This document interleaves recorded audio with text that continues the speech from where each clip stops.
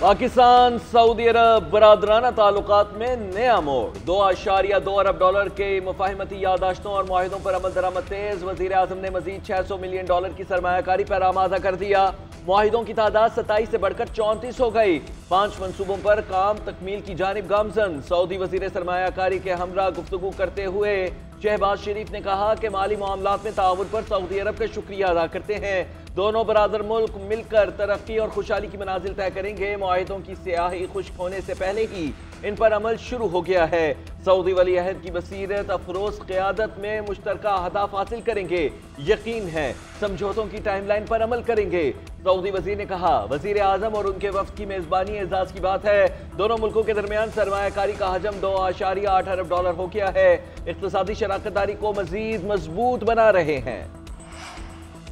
वज़ीर आज़म शहबाज शरीफ का दौरा कतर फाइनल आज सऊदी अरब से ही 2 रोज़ा सरकारी दौरे पर रवाना होंगे। दोहा में कतर के अमीर शेख तमीम बिन हमदुल सानी से मुलाकात करेंगे। तिजारत, सरमायाकारी समेत ताल्लुकात के तमाम पहलुओं पर बातचीत होगी। वज़ीर आज़म कतरी वज़ीर ख़ारिजा से भी मिलेंगे। कतर इन्वेस्टमेंट अथॉरिटी और बिजनेसमैन एसोसिएशन के वफूद से भी मुलाकाती शेड्यूल। वज़ीर आज़म कल सकाफती नुमाइश का भी इफ्तिताह करेंगे। ये नाकाबिल तसव्वुर है कि सुप्रीम कोर्ट शहरियों के बुनियादी हकूक़ ही छीन ले। आर्टिकल 8 रियासत को ऐसी कानून साजी से रोकता है जो बुनियादी हकूक़ को खत्म या महदूद कर दे। जस्टिस अतर मिनल्लाह का मालूमात तक रसाई के केस में इजाफी नोट लिखा। साबिक चीफ जस्टिस काजी फाइज ईसा के फैसले से मुत्तफिक हूँ। दुरुस्त है, आर्टिकल 19A के बुनियादी हक का इस्तेमाल मुनासिब पाबंदियों के ताबे है, मगर मुनासिब पाबंदियों की इस्तिलाह पार्लियामान को आईनी हक का दायरा महदूद करने का इख्तियार नहीं देती। आवाम समझें कि हकूक़ के मुहाफिज ही हकूक़ महदूद करने में मुलविस हैं तो उनका एतमाद खत्म हो जाएगा, जिससे अदलिया की आज़ादी कमज़ोर होगी। मालूमात तक रसाई का हक बदउनवानी के खिलाफ एक कला है। इस कानून को सख्ती से नाफिज किया जाए।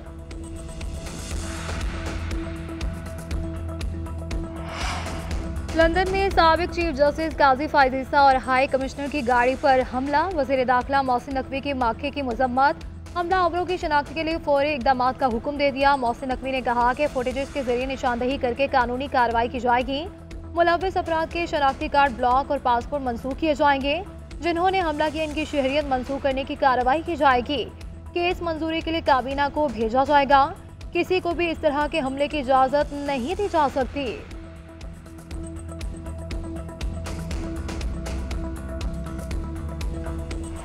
पाकिस्तान में पंजाब के अंदर खुसूसन लाहौर में इशू है स्मॉग का,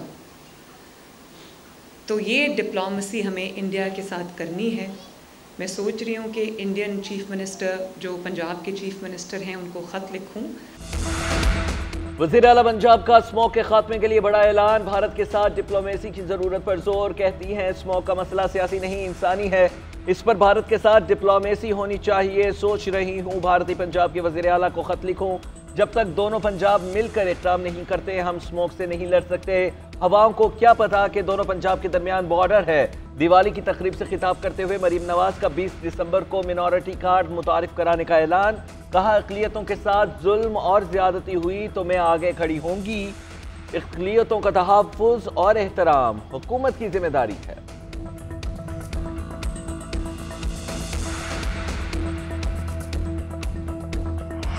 बानी पीटीआई के खिलाफ GHQ हमला केस में फर्द जुर्म की तारीख मुकर्रर। बानी और दीगर मुल्जिमान पर फर्द जुर्म 8 नवंबर को आयद की जाएगी।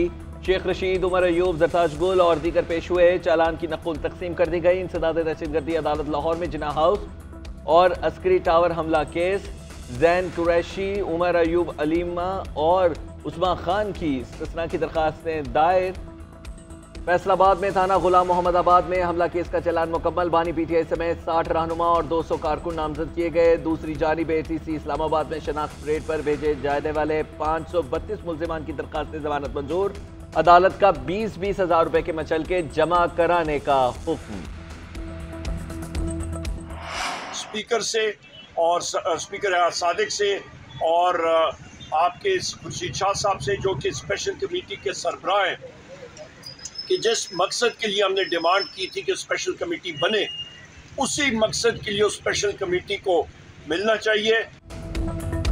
बानी पीटीआई जल्द रिहा होंगे, इन पर दर्ज तमाम मुकदमा जारी हैं। बुशरा बीबी की रिहाई भी मेरिट पर हुई। ऑपोजिशन लीडर उमर यूब का कहना है कि 26वीं आईनी तरमीम की बदबू नहीं गई, दूसरी लाने की तैयारी है। स्पीकर और कमेटी चेयरमैन खुर्शीद का अरकान की हिफाजत करें।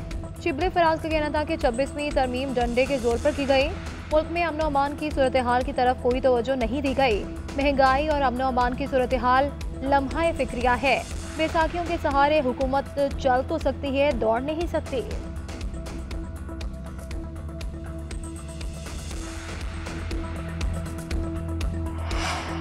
लाहौर हाई कोर्ट में 26वीं आईनी तरमीम के खिलाफ एतराज की समाअत। चीफ जस्टिस ने रिमार्क दिए कि यह मामला तो सुप्रीम कोर्ट में चैलेंज हो चुका है। अदालत की वकील को सुप्रीम कोर्ट में दायर दरखास्त की तफसीलात पेश करने की हिदायत। सिंध हाई कोर्ट में भी समाअत। अदालत ने दोनों दरखास्तें यकजा कर दी। समाअत कल तक के लिए मुलतवी। चीफ जस्टिस ने रिमार्क दिए, कल दोनों दरखास्तें बाजमात सुन लेंगे।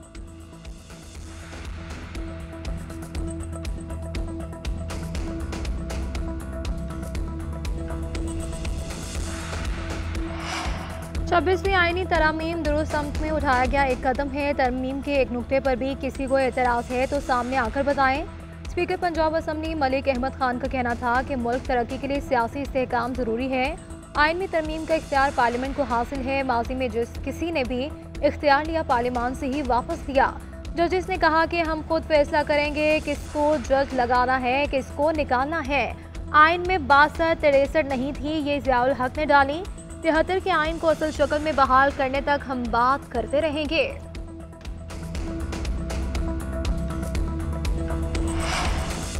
सत्ताईसवीं आईनी तरमीम आज, कल या 5 साल बाद भी होनी है। पार्लियामेंट मौजूद है तो ये तरमीम भी हो जाएगी। गवर्नर फैसल करीम टुंडी ने बुशरा बीबी को रिलीफ डील का नतीजा करार दे दिया। बोले 26वीं तरमीम का ड्राफ्ट बनाकर पीटीआई साइड पर हो गई। इस तरमीम के बाद बुशरा बीबी और बानी पीटीआई की बहनों की जमानत हुई। रिहाई का मनी ट्रेल देखा जाए तो मुझे तो पूरी दाल ही काली लग रही है। पेशावर में मेहमान बनकर आ गई। लोग पेशावर या तो शॉपिंग के लिए आते हैं या खाने के लिए। किसी मार्केट तो गई नहीं। मुलाकातें हो रही हैं। सियासत करनी है तो खुलकर करें।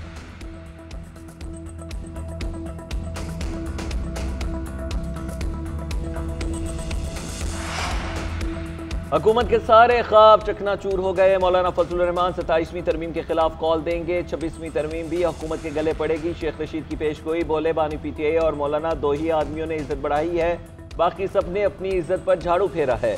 गरीब आदमी के लिए अदालतों में आना आसान नहीं। उम्मीद है चीफ जस्टिस याहिया अफरीदी मुल्क में इंसाफ करेंगे। आर्मी चीफ से अपील है कि तमाम बेगुनाहों को आम मुआफी दे दें।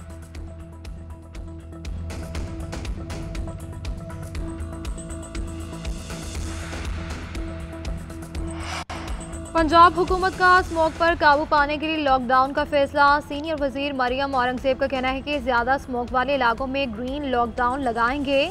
लाहौर के 4 से 5 इलाके शामिल होंगे। अब किरदार लाहौर के शहरियों का भी है। इलेक्ट्रिक गाड़ियों के इस्तेमाल की तरफ जाना होगा।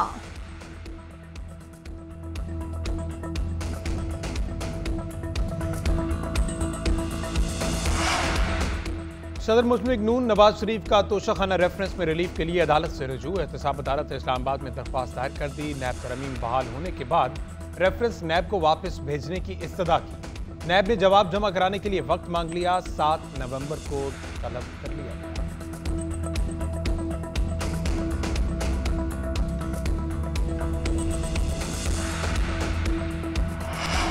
56 शहरों में जायदादों की कीमत बढ़ा दी गई। एफबीआर ने नए रेट्स की वैल्यूएशन जारी कर दी। कराची, लाहौर, इस्लामाबाद, पेशावर समेत तमाम बड़े शहरों में नए रेट जारी कर दिए।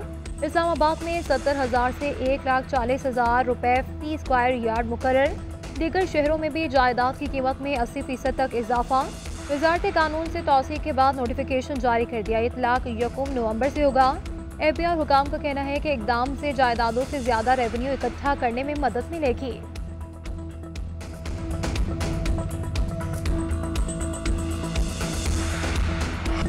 और मारूफ मौसीकार ख्वाजा खुर्शीद अनवर को मदाहों से बिछड़े 40 बरस बीत गए। हीर रांझा, कोयल घूंघट, ज़हर इश्क और शीरी फरहाद समेत दर्जनों फिल्मों की धुनें तख्लीक की। फ़नी खिदमात पर सितारा इम्तियाज़ से नवाजा गया।